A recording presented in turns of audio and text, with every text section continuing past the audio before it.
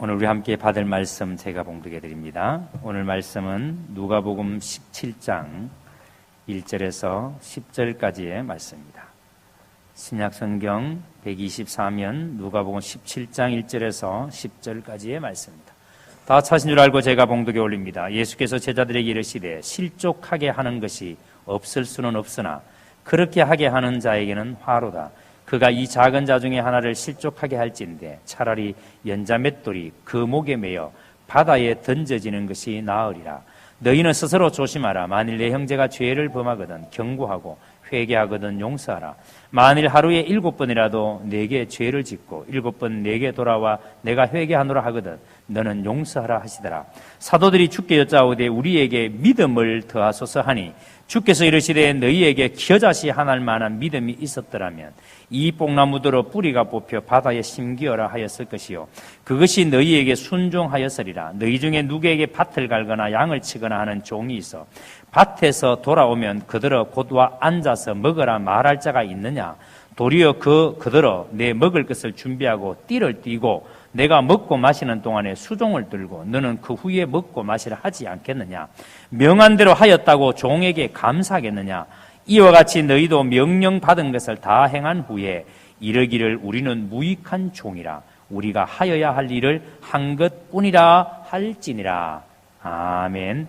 말씀에 근원해 두시기 바랍니다. 이 시간에 우리 할렐루야 성가대에서 일어나라 라는 제목으로 하나님께 찬양드리겠습니다.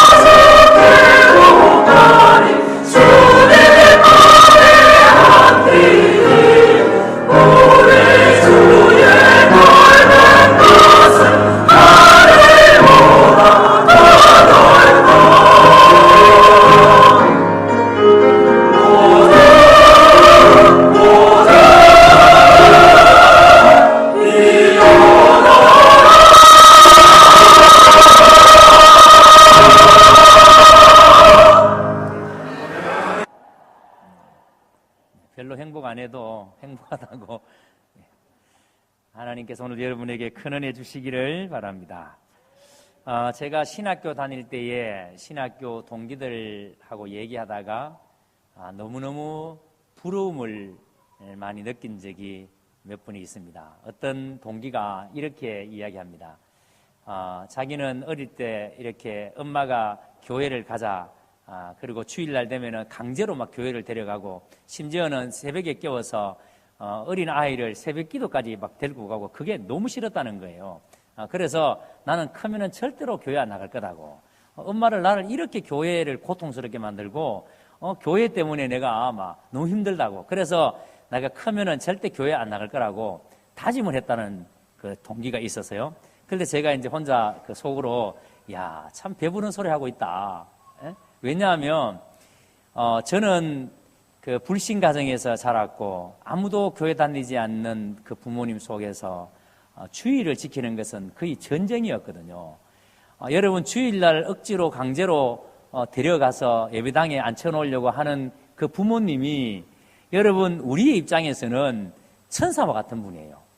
우리는 주일을 지키기 위해서 전쟁을 치러야 되는데 교회 안 가려고 하는 아이들을 강제로라도 붙들고 교회에 앉혀놓으려고 하는 그 부모님들. 그런데 사실은 모태신앙은 어려서부터 이제 교회 다니는 분들은 엄마를 따라서 교회 나가는 그것이 얼마나 사실은 아름다운 것이고 행복한 것이고 큰 것인지를 잊어버릴 때가 참 많습니다. 제가 그래서 옛날에 학창시절에 디모데서를 읽다가 펑펑 운 적이 있습니다. 왜냐하면 이 디모데서는 영적 성이었던 바울이 디모데에게 보내는 목회 서신이거든요. 그런데 바울이 디모데에게 편지하면서 여러분 이렇게 고백합니다. 청결한 양심으로 조상적부터 지켜왔던 섬겨왔던 그 하나님께 내가 감사하노니. 바울이 디모데라는 청년을 가만히 보니까 그가 하나님을 믿는데 너무 잘 믿는 거예요. 하나님을 정말 너무너무 이쁘게 잘 믿는 거예요. 그러니까 어떻게 이 청년이 이렇게 믿음 생활 잘하느냐, 그 양심이 어떻게 하나님 앞에 이렇게 예쁘냐, 가만히 보니까 디모데뿐만 아니라 디모데의 조상들도 그렇게 살아온 거예요. 그러니까 디모데가 그런 믿음을 가진 것은 디모데가 그 믿음의 조상들을 본받아서 그래서 조상 때부터 청결한 양심으로 섬겨오던 그 하나님에 대해서 디모데가 그 조상들의 믿음을 잘 본받아서 이 디모데도 그런 삶을 살게 되었다는 거예요. 그래서 디모데는 그것을 이렇게 표현합니다. 외조모 로이스와 어머니 유니게로부터 받았던 그 신앙, 그러니까 그 청결한 양심을 가졌던 이 디모데의 신앙이 외조모 로이스와 어머니 유니게로부터 물려받았던, 본받았던 그런 신앙이었거든요. 자, 근데 여러분 저는 이 말씀을 읽다가 옛날에 우리 아버지 생각하니까 하여간 하늘에 해 박힌 날 술 한 찬 날이 없었고, 우리 어머님은 여러분 1년 12달 절에 가서 맨날 그분 앞에서 절 안 한 날이 없었고, 그러니까 여러분 이게 막 여러 가지가 오버랩되면서 이 디모데가 조상들이 믿어왔던 그 하나님에 대한 그 아름다운 신앙을, 그 본을 본받아서 그 디모데도 좋은 신앙을 가지게 되었다는 그 말씀을 읽는데 그렇게 눈물이 난 적이 있어요. 예? 여러분 어떻습니까? 여러분들은 지금까지 신앙생활을 하면서 누구로부터 여러분들의 신앙을 본받았습니까? 여러분 신앙이라는 것은, 믿음이라는 것은 누구에게 배우느냐가 정말 중요합니다. 어떤 사람에게 신앙의 본을 본받느냐가 정말 중요합니다. 왜냐하면 바른 신앙으로 자란다는 것은 신앙을 가르치는 그 사람의 인격에 의해서 좌우되기 때문입니다. 내가 어떤 사람에게 신앙을 가르치려면은 단순하게 이론적으로는 얼마든지 잘 가르칠 수 있어요. 이론적으로는 정말 지식적으로는 잘 이야기할 수 있어요. 그런데 신앙이라는 것은 그 이론으로 가지고 성장하는 게 아니라 여러분 내가 믿는 하나님을 내가 보여줌으로, 본을 보임으로, 그래서 여러분 신앙이, 바른 신앙이 여러분 들어가는 겁니다. 그래서 신앙이 자란다는 것은 결국은 하나님을 닮아가는 것을 말합니다. 신앙이 자란다는 것은 주님을 닮아가는 걸 말합니다. 신앙이 좋다라는 말은 하나님을 닮았다라는 말이고, 신앙이 좋다라는 말은 주님을 닮았다라는 말입니다. 여러분 지금 우리가 매주일마다 누가복음의 말씀을 듣고 있습니다. 누가복음은 하나님의 나라에 대한 말씀이라고 시작할 때 말씀을 드렸습니다. 그런데 지난주일에 하나님의 나라 백성이 하나님의 말씀에 반응하지 못할 때, 우리가 하나님의 나라에 속했는데 하나님의 나라에 속한 하나님의 사람이 하나님의 말씀에 반응하지 못할 때에 이 땅에서는 부자로 살 수 있을지 모르지만, 이 땅에서는 잘 산다는 소리를 들으며 살 수 있을지 모르지만 저 세상에서도 잘 살 수 있는가? 절대 그럴 수 없다는 거예요. 여러분 이 땅에서 잘 살 수 있는 것은 하나님 없이도 잘 살 수 있습니다. 여러분 하나님 안 믿는 사람들도 얼마든지 잘 살 수 있습니다. 잘 사는 게 아니라 부자로 살 수 있습니다. 그러나 저 세상에서 잘 사는 것은 이 땅에서 잘 사는 것 가지고는 안 된다는 겁니다. 그래서 그것을 설명하기 위해서 예수님께서 부자와 나사로를 이야기를 통해서 그것을 말씀을 했습니다. 자, 그래서 오늘 말씀은 하나님의 나라에 속한 하나님의 나라 백성들이라면, 우리가 진짜 예수님의 제자라면 우리가 어떻게 우리의 생활 속에서 어떻게 살아야 되는가, 그래서 제자도에 대한 예수님의 말씀을 계속 이어가십니다.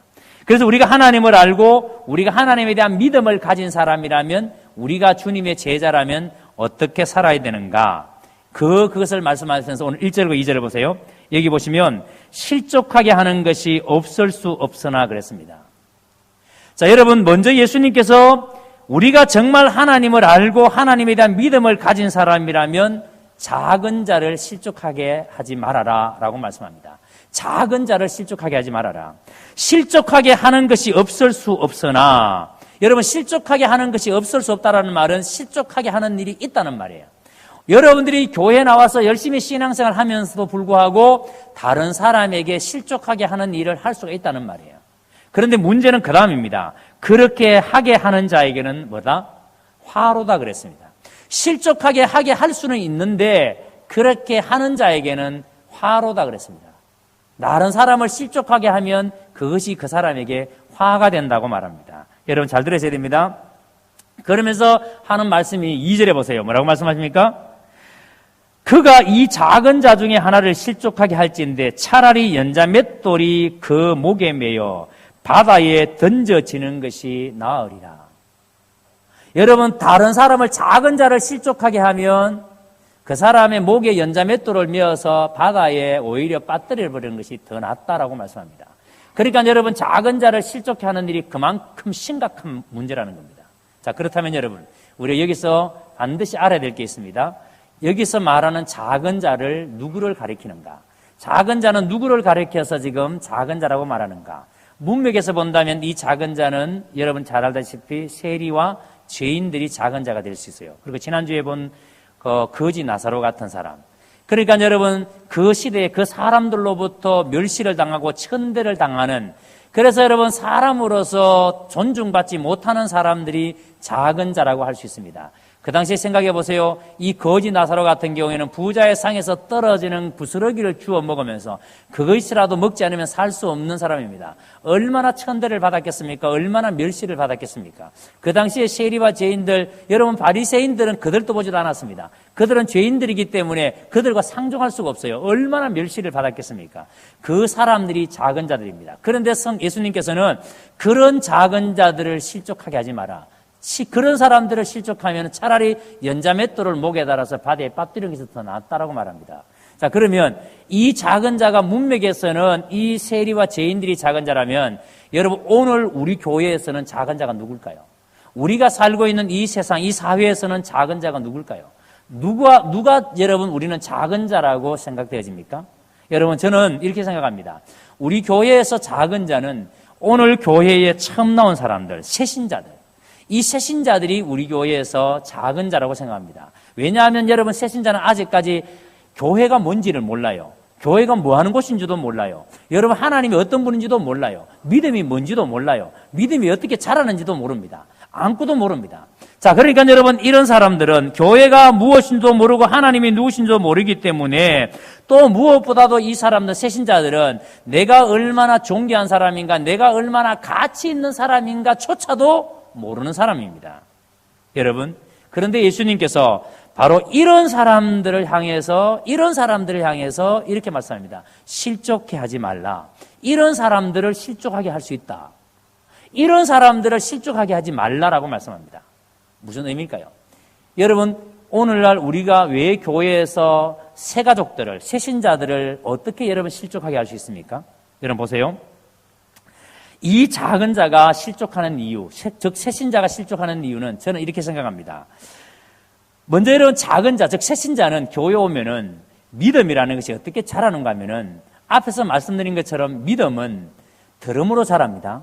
그런데 여러분 믿음은 들음으로 자라는데 처음에는 말씀이 뭐가 뭔지를 잘 안 들려요. 그래서 여러분 처음에는 그 들음이라는 것이 어떻게 들려지는가 하면은 먼저 믿는 사람들의 삶을 보면서 저 사람이 저렇게 사는 거 보니까 예수님이 저런 분이시구나. 저 사람 보니까 어떻게 저렇게 사랑이 많아.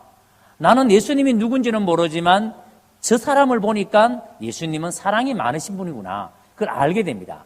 그러니까 여러분 새신자가 처음에 믿음을 가지게 되는 동기가 먼저 믿는 사람들을 바라보면서 여러분 그렇게 믿음이 생깁니다. 자, 근데 중요한 것은 이렇게 새신자가 먼저 믿는 사람의 본을 따라서 자라야 되는데 근데 교회에 나와 보니까 먼저 믿는 사람을 보니까 먼저 믿는 사람이라고 해서 별반 다를 게 없어요. 지금 막 나온 나나 오랫동안 믿었던 사람이나 별반 다를 게 없어요.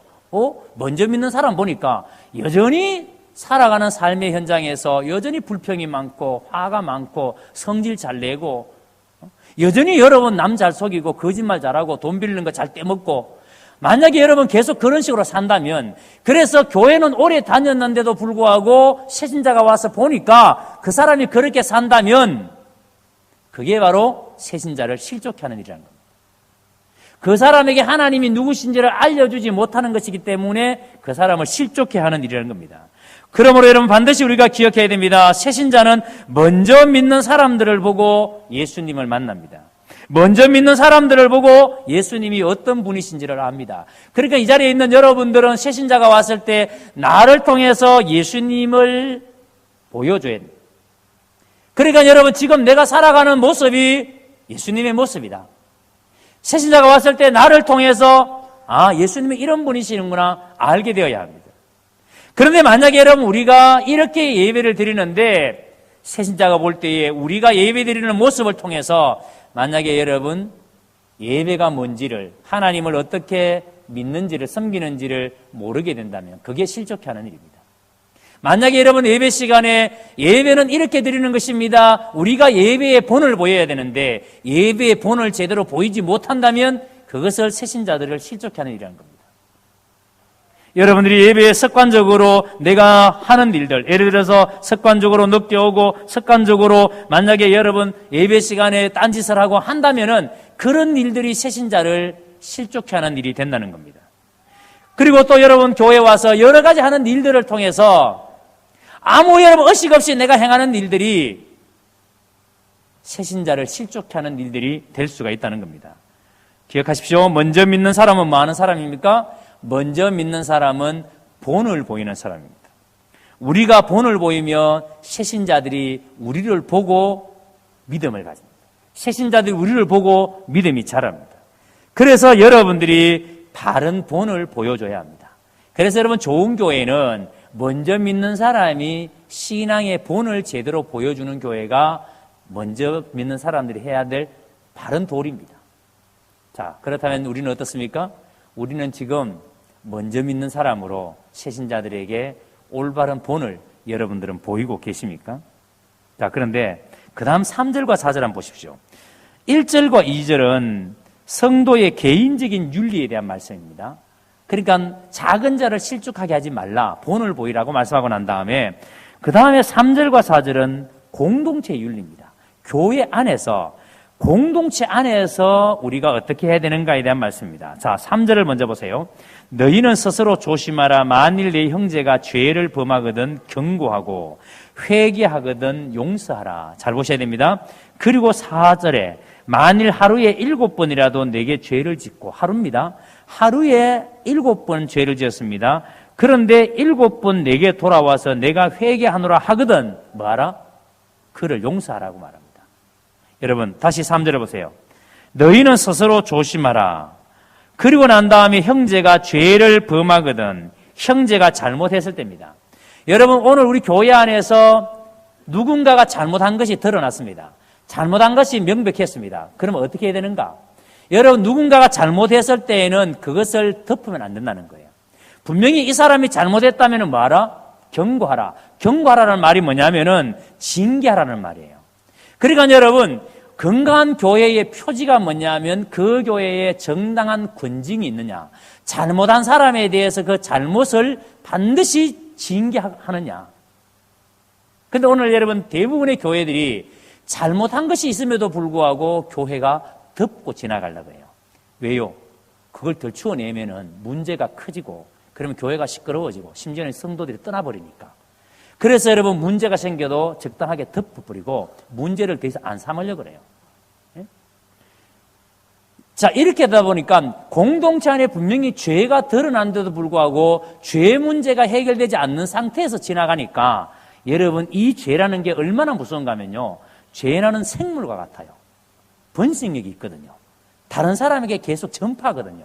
그래서 왜 성경에 예수님께서 공동체 안에 죄가 드러나면 반드시 징계하라고 말씀하시는가 하면은 여러분 이 징계를 통해서 그 죄가 다른 사람에게 퍼지지 않게 하기 위해서 이 죄가 정말 심각한 거구나. 이렇게 하면 안 되는 거구나. 이게 공동체 안에 모두가 함께 인식하고 더 이상 죄가 퍼지지 않도록 하기 위해서 공동체 안에 죄를 징계를 해야 되는 겁니다.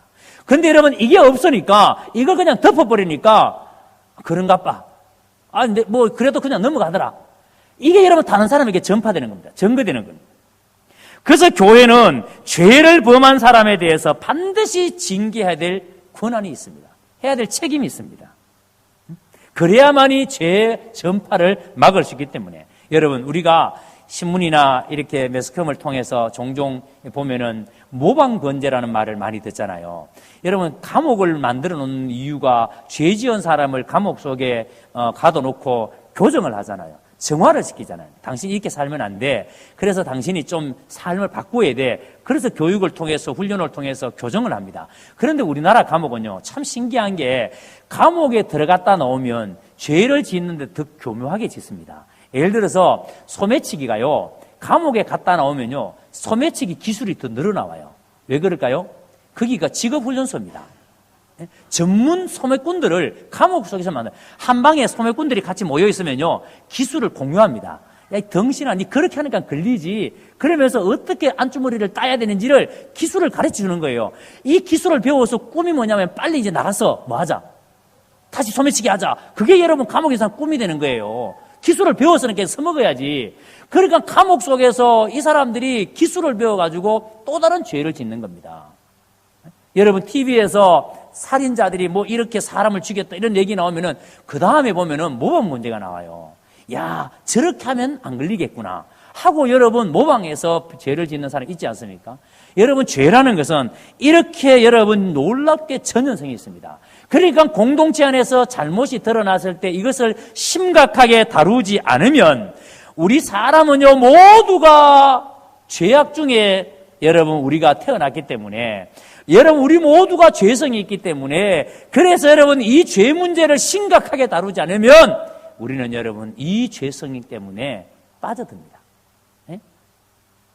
그래서 여러분 예수님께서는 제자들에게 공동체 안에서 누가 범죄한 일이 드러나면은 반드시 경고해라. 반드시 징계해라. 그런데 징계하고 난 다음이 중요합니다. 그 다음 보세요. 징계하고 난 다음에 하루에 7번 죄를 지었다 할지라도 잘못했다 할지라도 만약에 그 사람이 진짜 회개하고 용서를 구하면 어떻게 해라? 용서해 주라는 거예요. 받아주라는 거예요. 품어주라는 거예요. 여러분 이게 참 놀라운 겁니다. 제가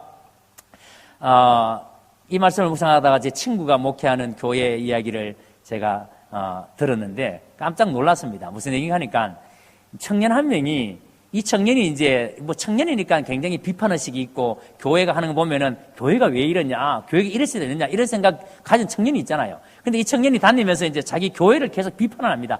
우리 교회는 이래서 안 돼. 우리 목사님 이래서 안 되고 교회가 왜 이래? 막 이렇게 이제 비판하고 다녔습니다. 그런데 이제 이 비판한다는 소리를 목사님도 들었고 사모님도 그걸 들었어요. 그래서 어느 날 사모님이 그 청년을 불렀습니다. 사모님 불러서 청년이 네가 이렇게 교회에 대해서 비판한다고 하는데 맞느냐? 그런 말 했느냐 하니까 맞대요. 그렇게 했대요. 그런데 사모님이 이런 지하에 한마디로 딱 잘라서 너 교회 나오지 마 하고 사모님께서 직권 사모님이 제명 출교를 시켰습니다. 사모님이 이 청년을. 근데 제가 물어봤어요. 그래도 그러면 되느냐? 아무 교회 불평한다고 다 그렇게 교회 못 나오면 교회 남을 사람이 누구 있느냐? 교회 한두 번 불평하는 사람이 누구 있느냐? 어디든지 품고 가야지 하니까 그 사모님 하는 얘기, 목사님 절대 그 청년 안 바뀝니다. 그 청년이 바뀌면은 품어주죠. 용서를 구하고 잘못했습니다. 자기가 하는 일이 잘못됐다고 인정하면 품어줘야죠. 근데 절대 안 바뀝니다. 문제는 그 청년을 놔두면 다른 청년들도 다 오염이 됩니다. 어느 순간에 청년들이 다 교회의 비토 세력이 됩니다. 다 불평불만하는 사람들이 됩니다. 그러니까 빨리 내보내는 것이 제일 잘하는 겁니다. 근데 약간 귀가 솔깃했는데, 여하튼 그래요. 근데 오늘 성경 말씀에 반드시 경고하고 그러고 난 다음에 하루에 7번이라도 죄를 지은 사람이 와서 회개하고 용서해 달라고 하면 뭐 해라? 용서해 주라는 거예요. 문제는 뭐냐면 이 사람이 잘못한 사람이 자기의 잘못에 대해서 인정하느냐는 거예요. 내가 잘못했습니다. 내가 하는 행동이 잘못됐습니다라고 시인하느냐는 거예요. 여러분, 우리는 이 앞과정이 없이 무조건 덮어놓고 용서하자, 덮어놓고 그냥 가자, 좋은 게 좋다, 이래 가면은 절대 교회가 건강해질 수 없다는 겁니다. 그건 절대 좋은 교회가 아니에요. 정말 좋은 교회는 잘못이 드러났을 때에 그 잘못이 하나님 앞에 진정으로 토설되어져야 됩니다. 하나님, 나 잘못했습니다. 회개해야 됩니다. 그리고 회개하고 난 사람이 나 이 공동체 용서 좀 해주세요. 그랬을 때 공동체는 이유를 불문하고 그 사람을 뭐하라? 받아주라는 거예요. 공동체의 정식 구성원으로 받아주라는 거예요. 용서해주라는 거예요. 그것이 몇 번? 7번 그래도 하루에 7번 마음이 요렇게 바뀌어도 받아주라는 거예요. 그러니까 7번이라는 말은 무제한입니다. 숫자적으로 7번만 하고 8번째는 용서해주지 마라 이 말이 아니라 용서를 구하면 용서해주라는 거예요. 그 전제가 뭐예요? 진정으로 회개했을 때입니다. 그럼 이렇게 예를 묻고 싶죠. 목사님, 그러면 진짜 회개한 사람이 하루에 7번 똑같은 죄를 또 지을 수 있습니까? 그것은 여러분, 우리가 진짜로 하나님 앞에 회개하면 7번씩 어떻게 그렇게 죄를 짓겠어요? 그런데 그만큼 죄의 유혹성이, 죄의 집요성이, 죄의 전파 능력이 강하고, 그런데 주님께서 하시는 말씀은 진짜로 회개한 사람이란 공동체가 정말로 그 사람을 받아주라는 거예요. 그가 어떤 허물이 있든지 어떤 잘못이 했든지 간에 용서를 구하면 용서를 해주라는 겁니다. 여러분 기억하셔야 됩니다. 교회는 그런 곳이어야 합니다. 교회는 예수 그리스도를 믿어서 의에 이르게 하는 곳이 교회입니다. 그래서 여러분 더 이상 교회가 죄의 권세에 눌려 살지 못하도록 죄와 싸워서 이기도록 만들어주는 것이 교회예요. 그래서 여러분들이 이 교회에 와서 예배를 드리면서 하나님으로부터 이 은혜를, 이 영권을 여러분들이 받으셔야 돼요. 더 이상 죄의 권세에 눌리지 않도록 모든 죄의 권세를 여러분들이 지배하고 누릴 수 있도록 여러분들이 능력을 받으셔야 되죠. 여러분 교회가 그런 일을 하는 것입니다. 그런데 여러분 만약에 교회가 잘못하면은 교회에 와서 죄를 배운다고 생각해 보세요. 교회에 와서 여러분 남 미워하는 거 배우고, 교회에 와서 싸우는 거 배우고, 교회에 와서 거짓말하는 거 배우고, 교회에 와서 여러분 사기치는 거 배우고, 교회에 와서 여러분 잘 안 되는 거 비판하는 거 배우고, 그렇다면 여러분 음부의 권세가 해하지 못할 교회가 오히려 음부의 권세가 교회를 짓누르니까 무슨 여러분 거기에 은혜가 있고 거기에 여러분 즐거움이 있고 신앙생활 자체가 기쁨이 있겠습니까? 음부의 권세가 해하지 못하는 능력이 있는 교회가 되어야 우리가 여러분 신앙생활 하는 것 자체가 즐겁고 행복하지. 그래서 여러분 3절을 보세요. 3절 다시 보세요. 너희 스스로 조심하라 그랬습니다. 너희 스스로 조심해라. 무슨 말이에요? 죄에 빠진 사람을 잘 가르치고 죄에 빠진 사람을 경고하고 더 이상 죄에 빠지지 않도록 해야 되고, 그리고 난 다음에 나도 그 죄에 빠지지 않도록 조심하라는 거예요.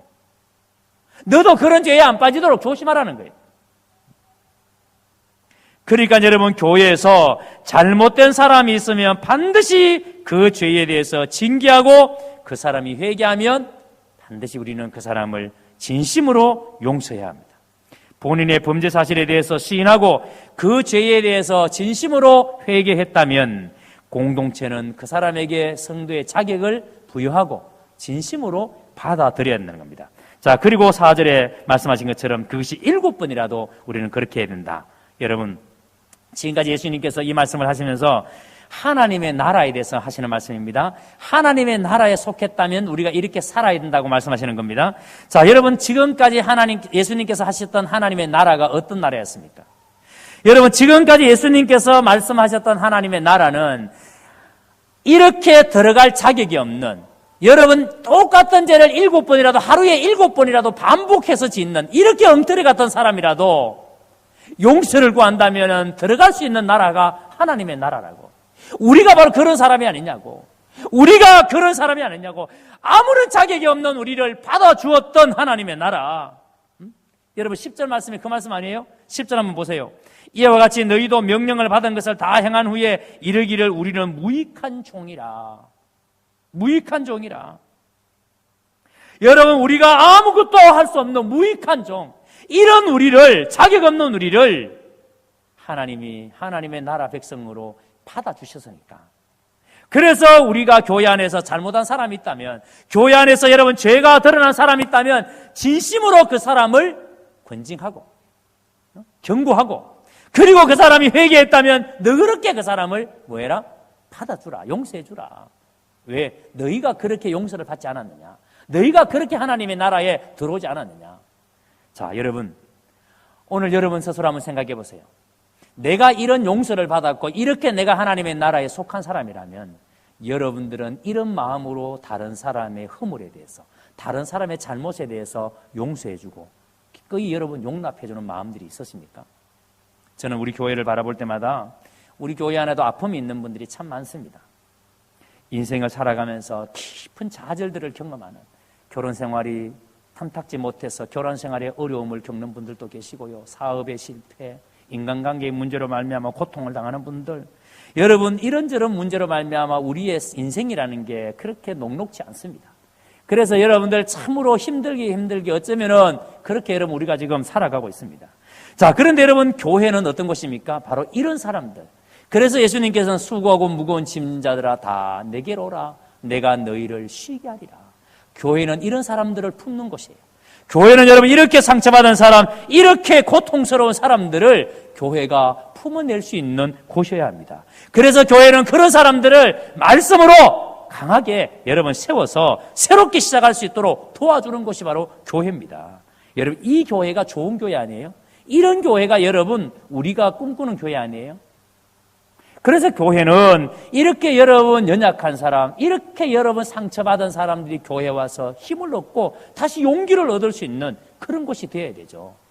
여러분, 그래서 예수님께서는 이런 교회가 되게 하기, 이런 공동체가 되게 하기 위해서는 너희 안에 죄 지은 자, 범죄한 자가 있으면 반드시 그를 경고해라. 덮어두지 말고 경고해라, 징계해라. 그리고 그 사람이 그 잘못에 대해서 진정으로 하나님 앞에 회개했다면 너희 공동체가 그 사람을 진심으로 받아들여라, 용서해라 라고 말씀합니다. 그게 하나님의 나라라고, 그게 하나님의 나라 백성들이라고. 여러분 오늘 우리 교회가 이런 교회가 될 수 있게 되기를 주님의 이름으로 축원합니다. 자, 그러면서 보세요. 예수님께서 5절 6절에 보시면은 제자들에게 이렇게 용서에 대해서 이야기하니까 제자들이 가만 들어보니까 도무지 자신이 없는 겁니다. 야, 어떻게 7번씩 용서를 구하면 7번씩을 용서할 수 있나? 도무지 자신이 없어요. 그래서 제자들이 예수님의 말씀을 가만히 듣고 있다가 이렇게 말합니다. 예수님, 우리에게 믿음을 더해 주십시오. 예? 여러분 좀 뜬금없는 얘기 아니에요? 지금 제자들이 예수님에게 우리에게 믿음을 좀 더해 주십시오. 그러니까 제자들이 뭘 생각하는가 하니까 예수님 말씀대로 살아보려고 하니까 도저히 자기 힘으로는 못 살겠는 거예요. 작은 자를 여러분 실족지 않게 하고, 그리고 여러분 이렇게 공동체 안에서 죄 지은 사람을 용서하고 이런 삶을 살기가 도무지 자기 힘으로는 불가능하다는 거죠. 여러분 스스로 한번 생각해 보세요. 우리가 교회 안에서 누군가의 허물이 드러날 때에 입이 간지럽지 않습니까? 어디든지 요거 빨리 소문내가지고 저 사람 창피를 주든지. 그런데 여러분 우리가 그 사람을 진정으로 용서하고 그러기가 여러분 쉽지 않습니다. 그러니까 예수님께서 하시는 말씀을 듣는 제자들이 야, 이거 너무 힘든 일이다. 그래서 예수님, 우리에게 믿음을 더해 주십시오. 이렇게 믿음을 더해 달라고 하니까 예수님께서는 그 다음에 6절에 보세요. 뭐라고 말씀합니까? 믿음을 더해 달라고 간청하는 제자들에게 이렇게 말합니다. 주님께서 말씀하시되 너희에게 겨자씨 하나일 만한 믿음이 있었더라면, 겨자씨 하나일 만한 믿음이 있었더라면, 여러분 예수님께서 믿음을 이야기할 때 겨자씨를 종종 비유로 드십니다. 근데 여러분, 겨자씨 하나일 만한 지극히 작은 씨 중에 그 작은 씨. 그런데 여러분, 이것은 바로 여러분 잠재력을 말합니다. 믿음이라는 것은 엄청난 잠재력을 가지고 있다는 거예요. 우리가 상상도 못하는 잠재력을 가지고 있다는 거예요. 그러니까 여러분, 이 작은 씨 중에 신, 이 겨자씨만한, 이 하나일 만한 믿음이 너에게 있더라면 이 뽕나무더러 뿌리가 뽑혀 바다에 심기울하면 심기울 것이요. 여러분, 여기서 말하는 뽕나무더러 할 때 뽕나무는요, 팔레스타인 땅에 자라는 백뽕나무가 흑뽕나무를 말합니다. 이 흑뽕나무의 특징이 뭐냐면 뿌리를 굉장히 깊이 내립니다. 그리고 뿌리가 굉장히 많습니다. 넓게 내리고 깊이 내립니다. 그러니까 여러분, 굉장히 강한 강풍이 불어도 이 흑뽕나무는 절대로 뽑히는 법이 없어요. 그러니까 여러분, 팔레스타인 사람들은 흑뽕나무가 뽑히는 것을 본 적이 없어요. 그래서 예수님께서 너희들 알지 않느냐? 흑뽕나무가 뽑히는 걸 봤느냐? 흑뽕나무는 절대 바람이 불어도 아무리 강한 바람 불어도 그 뽕나무는 뽑히지 않아. 그런데 너희에게 겨자씨 할 만한 믿음이 있다면 그 뽑히지 않는 뽕나무도 뽑혀서 바다에 심기울하면 씻길 것이다. 이렇게 말씀합니다. 여러분, 예수님께서 이 말씀을 이렇게 하실 때에 제자들이 이 믿음이 도대체 이 믿음이 어떻게 생길까 궁금하지 않았을까요? 그래서 예수님께서는 제자들에게 믿음이 어떻게 생긴다 합니까? 믿음은 들음에서 나며 들음은 그리스도의 모든 말씀으로 말미암느니라. 믿음은 들음에서 납니다. 믿음이 생기는 길은 다른 길이 없어요. 믿음은 오직 들음으로만 생깁니다. 여러분이 하나님의 말씀을 들을 때 믿음이 생깁니다. 여러분이 하나님의 말씀을 묵상하고 읽고 하나님의 말씀을 영적으로 들을 때 믿음이 생깁니다. 자, 그런데 여러분, 우리가 이 예배 시간에 여러분 이렇게 긴 시간 동안에 하나님 앞에 예배 드리면서 가장 많은 시간을 말씀 듣는 데에 우리가 할애합니다. 40분을 여러분들이 이 예배 시간 동안에 40분을 말씀 듣는 데에 할애합니다. 그런데 여러분, 이 시간 말씀을 들음으로 여러분의 믿음이 자라야 되는데 만약에 여러분의 말씀이 여러분에게 안 들린다면 그거보다 더 여러분 고통스러운 일이 없어요. 왜 하나님의 말씀이 안 들릴까? 도대체 하나님의 말씀이 내게 안 들리는 이유가 뭘까? 이 예배 시간에 하나님의 말씀이 안 들리는 요인들을 여러분 찾아보셔야죠. 그것이 만약에 여러분들이 인간관계 문제 때문에 말씀이 안 들린다면 회복해야죠. 극복해야죠. 여러분들이 만약에 귀가 어두워서 잘 안 들린다면 앞자리에 오시든지 어떻게든지 말씀은 들어야 되죠. 이 시간에는 딴짓하면 안 되고 이 시간에는 어떻게든지 말씀을 들어야 믿음이 생기니까. 보세요. 우리가 신앙생활하면서 봉사를 하다가 왜 넘어지는지 아십니까? 왜 여러분 낙심하고 실망하고 왜 상처를 받는지 아십니까? 예수님께서 마르다의 집을 방문했습니다. 가니까 마르다는 예수님 오셨다고 너무 좋아서 그때부터 음식을 만들기 시작합니다. 근데 마리아는 예수님 오셨으니까 예수님 발치에 앉아서 예수님 하시는 말씀을 한마디도 안 놓치겠다고 예수님 앞에 딱 앉아가지고 말씀을 듣고 있습니다. 그런데 마르다가 열심히 음식을 준비하다가 보니까 혼자서 일하는데 동생 마리아는 예수님 앞에 앉아가지고 말씀 듣는다고 지금 이렇게 하고 있으니까 너무 속이 상한 거예요. 지금 자기는 지금 손님이 오셨으니까 대접할 걸 준비한다고 애를 쓰고 있는데 마리아는 일도 안 도와주고 말씀 듣겠다고 앉아있으니까 너무 속이 상한 거예요. 그래서 일하다가 손을 내려놓고 예수님이 갔습니다. 예수님, 제발 동생 마리아에게 이야기해서 내 일 좀 도와주러 하십시오. 나가 지금 너무 바쁩니다. 음식을 만들어서 지금 손님들 대접해야 되는데 마리아는 지금 일도 안 도와주고 저렇게 지금 예수님 말씀 듣는다고 앉아있는데 좀 일 좀 도와주라고 말씀해 주세요. 하니까 예수님 뭐라 그랬어요? 마르다야, 그냥 둬라. 마리아는 자기 좋은 것을 선택했다. 여러분 보세요. 예수님이 마리아의 집에 왔을 때 언제 가실지 모릅니다. 살러 오신 게 아니에요. 방문하신 거예요. 언제 가실지 몰라. 그러니까 그 시간은 오직 주님께서 하시는 말씀을 귀담아 들어야 됩니다. 음식을 대접하는 것도 중요한 일이에요. 손님 오셨으니까 일하는 것도 중요한 일이에요. 그런데 만약에 생각해 보세요. 마리아가 말씀을 다 듣고 난 다음에 예수님 잠깐만 기다려주세요. 오셨으니까 우리가 음식을 준비해서 예수님 꼭 대접해 드리고 싶습니다. 만약에 그렇게 일했더라면 마음에 여러분 도와주지 않는다고 짜증이 나고 불평이 났을까요? 안 났을 겁니다. 즐거웠을 겁니다. 그런데 마르다는 말씀 듣는 것보다 봉사하는 데 더 우선순위가 있으니까 그래서 여러분 열심히 일하다가 시험 드는 겁니다. 오늘도 여러분 일부 예배 다 드리고 지금 식당 봉사하시는 분들은 지금 열심히 일하고 계십니다. 만약에 여러분 1부 예배도 안 드리고 2부 예배도 안 드리고 식당에서 봉사하면 상처받습니다. 왠지 아십니까? 더운데 이게 뭐 하는 짓이고. 그냥 예맞춰 집에 보내면 되지. 집에 가면 밥이 없나 뭐가 없나. 집에서 물어보면 되지. 왜 이렇게 우리를 고생시키느냐고. 그런데 여러분 예배를 드리고 나면은 봉사가 즐겁습니다. 마르다가 여러분 만약에 예수님의 말씀을 듣고 봉사했다면은 은혜가 있었다면 그렇게 불평하지 않았을 거예요. 우리가 교회를 하면서 그런 겁니다. 여러분 우리 속에 은혜가 없으니까 우리 속에 말씀이 없으니까 우리가 봉사가 목적이 되니까 교회 일을 하다가 상처받고 시험 들고 그래서 자꾸 다른 사람과 비교하고 그런 일들이 교회 안에 벌어지는 겁니다. 그러면 여러분 참된 성도는 참된 믿음으로 반응을 해야 합니다. 지금 내가 반응하는 믿음의 크기가 여러분들이 하나님을 알고 있는 그 하나님에 대한 믿음의 크기입니다. 우리 교회가 여러분 이렇게 작은 자를 실족하지 않고 죄를 범한 형제를 용서하고 살 수 있는 힘은 바로 여러분 우리의 믿음에서 나온다는 것. 이거 절대 잊어버리지 말기를 주님의 이름으로 축복합니다. 그래서 우리의 믿음을 자라게 해야 합니다.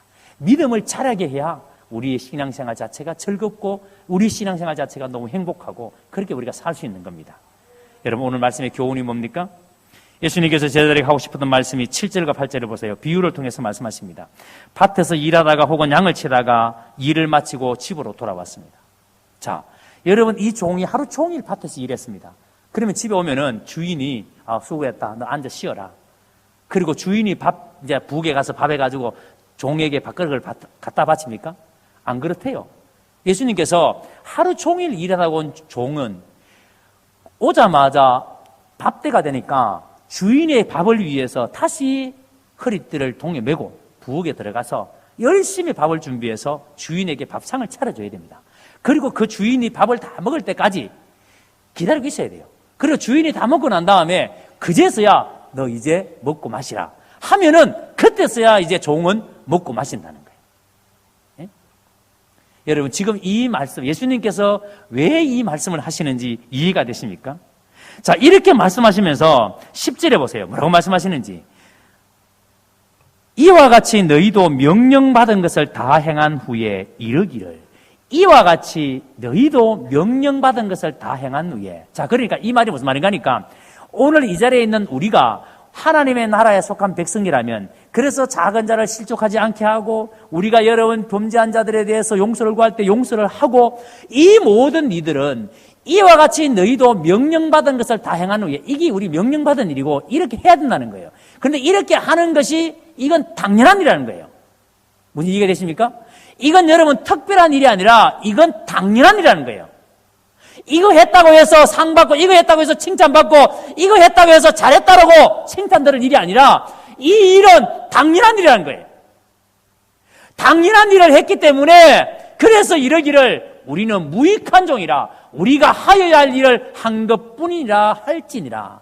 마땅히 우리는 해야 될 일을 한 것뿐이라고. 우리는 칭찬 들은 일도 아니고 해야 될 일을 한 것뿐이라고 말씀을 합니다. 여러분 기억하셔야 됩니다. 우리가 왜 작은 자를 실족하지 말아야 되는가? 우리가 왜 여러분 형제가 범죄한 일이 있으면 용서해야 되는가? 우리가 왜 작은 자를 섬기고 범죄한 자라는 사람을 용서하고 왜 죄를 경계하는 일을 우리가 해야 되는가? 그것은 바로 이미 우리가 은혜를 받은 사람이기 때문에 우리가 이미 그 은혜를 경험한 사람들이기 때문에 그래서 예수님의 제자들이기 때문에 이 일은 우리가 마땅히 해야 될 일이지 특별한 일이 아니라는 겁니다. 그래서 여러분 우리는 이 일을 다 하고 난 다음에 자랑할 것이 없는 사람 우리는 마땅히 해야 될 일을 했습니다. 우리는 무익한 종입니다. 오늘 여러분 가만히 생각해 보세요. 과연 나는 지금 마땅히 해야 할 일을 하고 있는가? 아니면 지금 내가 마땅히 해야 할 일을 하지도 못하고 내 것만 챙기느라고 시간을 바쁘게 쓰고 있지는 않는가? 무익한 종이 아니라 유익한 종이라는 인정받기 위해서 지금 여러분 혹시 분주하게 그렇게 살고 있지는 않습니까? 우리가 교회에 와서 무슨 일을 하든지 간에 우리가 여러분 사회에서 어떤 일을 하든지 간에 그 일은 마땅히 우리가 해야 될 일이에요. 그리고 그 일은 마땅히 해야 될 일이고 그리고 그 종의 마음은 우리가 무익한 종이라고. 주인이 나에게 상을 안 주셔도, 주인이 나에게 칭찬 안 해주셔도, 주인이 음식을 다 드시고 난 다음에 그제야 너 와서 먹으라 할 때까지 우리는 무익한 종이라. 여러분, 우리는 원래 하나님의 나라에 들어올 수 없는 사람들이었습니다. 그런 우리를 하나님 나라 백성으로 인정해 주셨습니다. 하나님의 그 큰 사랑 때문에, 우리가 그 큰 은혜를 입었기 때문에. 그래서 여러분, 지금 우리가 이 교회에서 하는 모든 봉사, 교회에서 하는 모든 일들은 여러분 특별한 일들이 아니라는 겁니다. 다른 사람을 용서하고 작은 자를 실족지 않게 하는 거 특별한 일이 아니에요. 당연히 해야 될 일, 마땅히 해야 될 일입니다. 그런데 여러분, 우리가 그런 일을 했다고 상을 기대하고, 그래서 여러분 칭찬 안 해준다고, 상 안 준다고 삐지고, 상 안 준다고 우리 마음이 상한다면 그건 여러분 종이 아니에요. 지금 우리가 하는 모든 일은 뭐 한다고요? 마땅히 해야 될 일을 하고 있고, 우리가 가져야 될 생각은 그래서 무익한 종이라고. 그러므로 우리는 이런 믿음을 가지고 신앙생활을 하신다면, 여러분들이 오늘 교회에서 신앙생활을 하고 계신다면 반드시 여러분들은 평생의 교회에 아름다운 선한 영향력을 끼치게 될 것입니다. 본을 보이게 될 것입니다. 새신자들에게 엄청난 영향력을 미치게 될 것입니다. 우리 모두가 이런 믿음으로 이런 삶을 살아갈 수 있게 되기를 주의 이름으로 축원합니다.